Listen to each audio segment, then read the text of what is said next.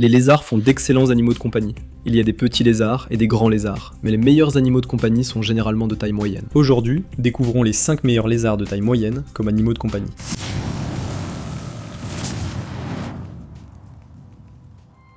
Voici Tilly de Freely, et si vous suivez la chaîne, elle a été principalement, ou je ne sais pas pourquoi je dis elle, il a été principalement la vedette de la chaîne, simplement parce que Daimon prend quelques jours de repos et que j'aime beaucoup les dragons à collerette. J'ai d'ailleurs fait toute une vidéo la semaine dernière, juste ici. Je pense que les lézards de taille moyenne conviennent mieux à la plupart que les petits, qui peuvent être fragiles et moins amusants à observer, surtout de loin. Les grands lézards posent des problèmes difficiles pour la plupart des éleveurs. Voici donc mon top 5 parmi les nombreux à présenter, ceux que je considère comme les meilleurs. En commençant par le numéro 5, les varans Haki. Je pourrais parler des varans sans cesse, ce sont mes préférés. Il y en a tant qui mériteraient d'être mentionnés ici. Et je choisirais probablement quelque chose comme un varan des rochers de Pilbara ou un varan des rochers de Kimberley. Mais j'ai choisi les Haki, parce qu'ils conviennent mieux à la majorité des gens. La majorité des gens qui vont avoir un lézard veulent avoir un animal de taille moyenne. Ils cherchent quelque chose d'unique, cool, facile à entretenir et avec une personnalité simple à gérer.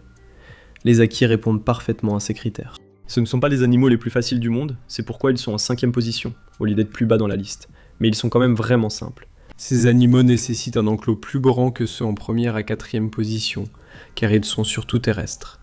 Prévoyez un enclos plus long, certains optent pour 5 pieds. Certaines personnes optent pour 6 pieds, mais il faut un rebord plus haut, style barrière à substrat, car ils creusent. Prévoyez au moins 30 cm de substrat, certains vont jusqu'à 60 cm. Donc ça demande un peu de travail de les installer correctement pour qu'ils s'y plaisent vraiment. Mais une fois qu'ils sont installés, ils sont curieux. Ils vont vous observer. Ils vont pas simplement vous regarder dans la pièce sans réagir. Ils connaissent les routines. Ils savent quand vaporiser le terrarium, ce qui est rare car c'est une espèce aride d'Australie. Ils savent aussi quand changer l'eau. Ils savent quand il est temps de changer le substrat, si c'est quelque chose que vous faites régulièrement, et surtout l'heure du repas. Ils savent quand c'est l'heure de manger. Même si vous avez des lumières qui s'allument et s'éteignent automatiquement à la même heure chaque jour, ils vont parfois sortir et attendre sous la lampe chauffante, littéralement comme une arrivée au photo finish, ramper jusque-là, et au moment où ils s'installent, boum, la lumière s'allume.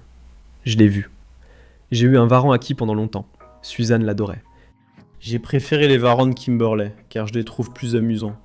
On évoquera ces animaux dans les mentions honorables.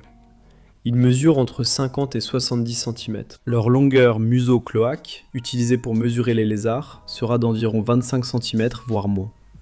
Ils préfèrent les environnements secs et chauds. Donc pour le point chaud, certaines personnes vont dire 55 degrés Celsius, d'autres disent 65, ou même plus.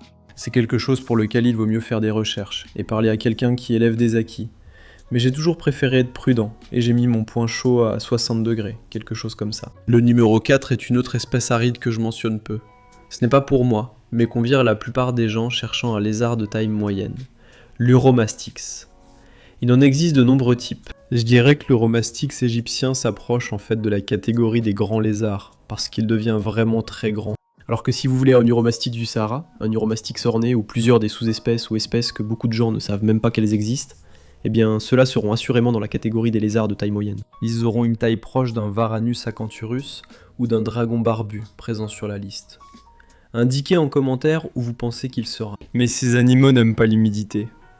Personnellement, j'aime l'humidité chez beaucoup d'animaux. J'aime les installations et j'aime aller dans ces endroits, ça me fait penser. Aimerais-tu aller au Costa Rica avec moi ? Dis-le moi dans les commentaires ci-dessous. Écris Costa Rica en commentaire et je t'enverrai les infos. On part en janvier et j'aimerais que tu viennes. L'année dernière, j'ai emmené un groupe d'abonnés au Vietnam et en Thaïlande, et le voyage était incroyable. C'était vraiment génial. Le voyage est lancé aujourd'hui. Toutes les infos sont sur ce lien. J'ai hâte de te retrouver là-bas pour en dire plus et partir ensemble au Costa Rica. Mais de toute façon, quelque chose que tu ne trouveras pas au Costa Rica, ce sont les Uromastix. Tu vas en trouver en Afrique subsaharienne, au Moyen-Orient, dans des endroits comme ça. Et ce sont des animaux de taille et de couleurs différentes. Mais ils ont tous à peu près le même tempérament, si tu peux en trouver nés en captivité. Alors que la plupart d'entre eux vont être plutôt tranquilles. Ils peuvent se tortiller, comme ici. C'est un Uromastix que j'avais. Sinon, ils ont des queues épineuses et pas de dents impressionnantes. Ils ne mangent pas d'insectes. Tu vas leur donner principalement une alimentation herbivore, un régime herbivore. Cette fois, je l'ai bien dit. Ils vont même manger des choses comme des lentilles, mais en général, tu vas leur donner des légumes verts, et ils auront du pollen d'abeille sur les légumes verts. Et c'est à peu près tout. C'est pas vraiment un animal pour moi, mais je pense que c'est un excellent animal pour la plupart des gens qui cherchent un lézard de taille moyenne. Numéro 3 c'est, tu l'as deviné, un dragon à collerette. Les dragons à collerette sont vraiment des animaux de taille moyenne.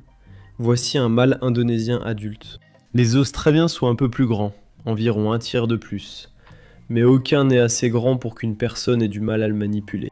Ils ne sont pas assez petits pour être aussi délicats qu'un minuscule gecko. Et j'adore vraiment faire cette liste, parce que c'est peut-être la seule liste de lézards que j'ai jamais faite qui n'inclut pas de gecko.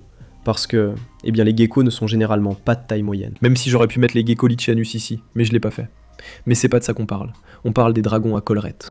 Et en plus du fait qu'ils ont ces collerettes folles, que vous ne verrez probablement jamais, ils ont tout simplement cette apparence de dinosaure. Je vais pas trop rentrer dans les détails avec cela, parce que j'ai littéralement fait une vidéo la semaine dernière. La dernière vidéo c'était lundi, mais si vous en voulez un qui préfère un environnement un peu plus chaud et sec, prenez un dragon à collerette australien. Si vous préférez un environnement frais et humide, choisissez un dragon à collerette indonésien.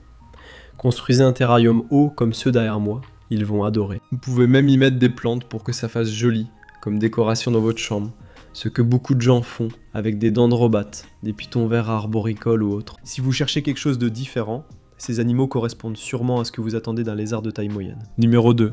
Je les mets ici même s'ils ressemblent un peu à des dragons cornus de montagne de taille moyenne. Il existe plusieurs espèces différentes. Si on parle du Lépidogaster, l'espèce que je garde personnellement, ils sont petits. Ces animaux sont vraiment minuscules. Ils ne pourraient absolument pas entrer dans la catégorie des tailles moyennes. Mais il y a les Natalia, les Capras et d'autres espèces que vous pouvez trouver. Et j'ai même pu trouver certaines espèces de cornes de montagne au Vietnam, dans la nature. Ce qui est l'une des choses les plus cool de ces voyages. Les choses que vous aimez voir en vidéo ou chez vous, vous pouvez les découvrir là où elles vivent réellement, dans la nature. Et c'était une expérience formidable. Ce n'est pas le voyage qui compte, mais accompagner une éleveuse de dragons à cornes de montagne et la voir littéralement sangloter d'en trouver dans la nature a été une expérience géniale pour moi. Les voir en captivité cependant, c'est presque toujours émouvant, parce qu'ils sont vraiment incroyables. C'est l'un de ces animaux pour lesquels je me disais « bon, peu importe ». Il y a 4 ou 5 ans, Daffy's Reptiles m'a invité. Il a ouvert le terrarium, et ses capras lui ont aussitôt sauté dessus. Et là je me suis dit d'accord, je comprends maintenant. Et si j'avais de la place, j'aurais toutes les espèces. Elles sont tout simplement incroyablement uniques et géniales. La plupart des espèces animales ne se comportent pas ainsi. Elles ne sont pas grandes, démonstratives ou du genre à grimper sur vous. Si elles sont bien socialisées, elles vous sauteront directement dessus. Mais même ceux de Fadi, Daffy's Reptiles, ont été capturés dans la nature. C'est simplement leur nature. J'ai aussi pu en observer en Thaïlande, il y a 3 ou 4 ans. Même réaction. Ils ne tentent pas vraiment de fuir quand on les attrape. Ce sont de vrais, très sociables. Incroyablement, pour la plupart des espèces, on peut même garder plusieurs mâles ensemble dans un terrarium. Donc si vous voulez quelque chose de plus petit, l'Épidogaster, qui ne correspond pas vraiment à la liste, vous pouvez en avoir dans un terrarium de 36 par 18. Si vous vouliez des Capras ou des Natalia ou autres, vous pourriez construire un enclos, ou prendre par exemple un enclos de 4 pieds sur 4. Ils adorent l'eau, ils aiment être au-dessus de l'eau en mouvement. L'eau doit effectivement être en mouvement, sinon ils ne la voient pas, et ils se noient. Mais ce sont des insectivores, donc peu importe l'espèce que vous choisissez, lancez quelques grillons, quelques dubias, quelques vers, peu importe, et ils vont adorer. Semi-arboricoles, pas vraiment semi-aquatiques, mais ils aiment avoir de l'eau à proximité. Donnez-leur une petite zone terrestre. Et voilà, le tour est joué, vous avez le dragon le plus heureux du monde. Avant de passer au numéro 1, je veux citer quelques mentions honorables, car cette liste pourrait être un top 100. Il y a tellement de lézards qui entrent dans cette catégorie, on va y aller rapidement. Les varans de Kimberley. C'est mon préféré parmi les lézards de taille moyenne. Eh bien, à part les varans arboricoles, mais on parle tellement des varans arboricoles, ils pourraient vraiment être numéro 1. Je voulais tout simplement pas en reparler encore une fois. Il y a tellement de vidéos que vous pouvez regarder si vous voulez plus d'informations à leur sujet. Les varans de Kimberley sont sous-estimés. Ils sont peu appréciés. Ce sont des semi-arboricoles. À mon avis, c'est juste un varandaki un peu plus cool. Bref, les 5 à queue de singe. C'en est un autre qui frôle, qui s'approche du statut de gros lézard, mais qui reste un lézard de taille moyenne. C'est le plus grand 5 du monde entier. Plus grand que les 5 à lampe bleue, qui valent une mention honorable, mais tout le monde les connaît. Les 5 à queue de singe sont uniques. Ils mangent essentiellement un régime végétarien ou herbivore. J'ai du mal ici. Ils peuvent manger du pothos, alors que la plupart des animaux mourraient, car c'est toxique pour eux. Ils aiment vivre ensemble. Et les femelles donnent naissance à un petit vivant tous les 2 ans, dans la plupart des cas. Parfois chaque année, mais la gestation est longue. Pour les varans, on trouve les varans des bois, les varans pans et les lézards ocellés sur cette liste. Mais selon moi, le numéro 1, c'est le lézard de taille moyenne, le plus cool et le meilleur animal de compagnie. Vous ne devinerez jamais les dragons barbus. D'accord, j'aurais pu faire le mec cool et les glisser dans la liste pour garder la surprise, mais ce sont vraiment les meilleurs.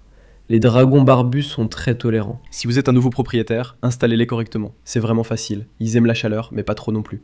Pas aussi chaud qu'un Aki ou un Uromastix, mais suffisamment chaud pour que, si vous avez une ampoule chauffante de 100 watts par exemple, vous n'allez probablement pas griller votre animal.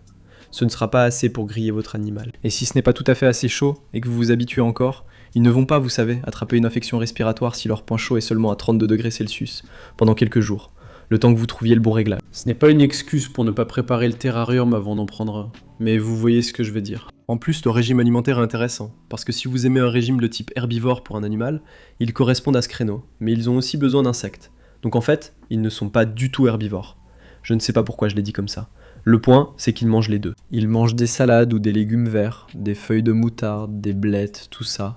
Et aussi des insectes, et même parfois de petits vertébrés, comme des souriceaux par exemple. Nous nourrissons souvent Diamond au printemps, quand l'été approche et que le métabolisme s'accélère avec la chaleur dans la salle des reptiles. Leurs besoins en eau restent très faibles. Je conseille de fournir de l'eau à votre dragon barbu, mais il suffit de vaporiser la nourriture pour assurer l'humidité nécessaire dans leur alimentation. Et puis un petit bol d'eau pour éviter qu'elle ne s'évapore trop. Un terrarium de 120 par 60 par 60 cm est à mon avis l'habitat optimal pour ces animaux. Ils sont tout simplement faciles à élever, gratifiants, il existe de nombreux morses différents, et leur personnalité est géniale. Ils ne vont pas s'enfuir, ils ne vont pas essayer de vous mordre. Il n'y a aucune raison de les élever, car il y a déjà assez d'éleveurs de dragons barbus.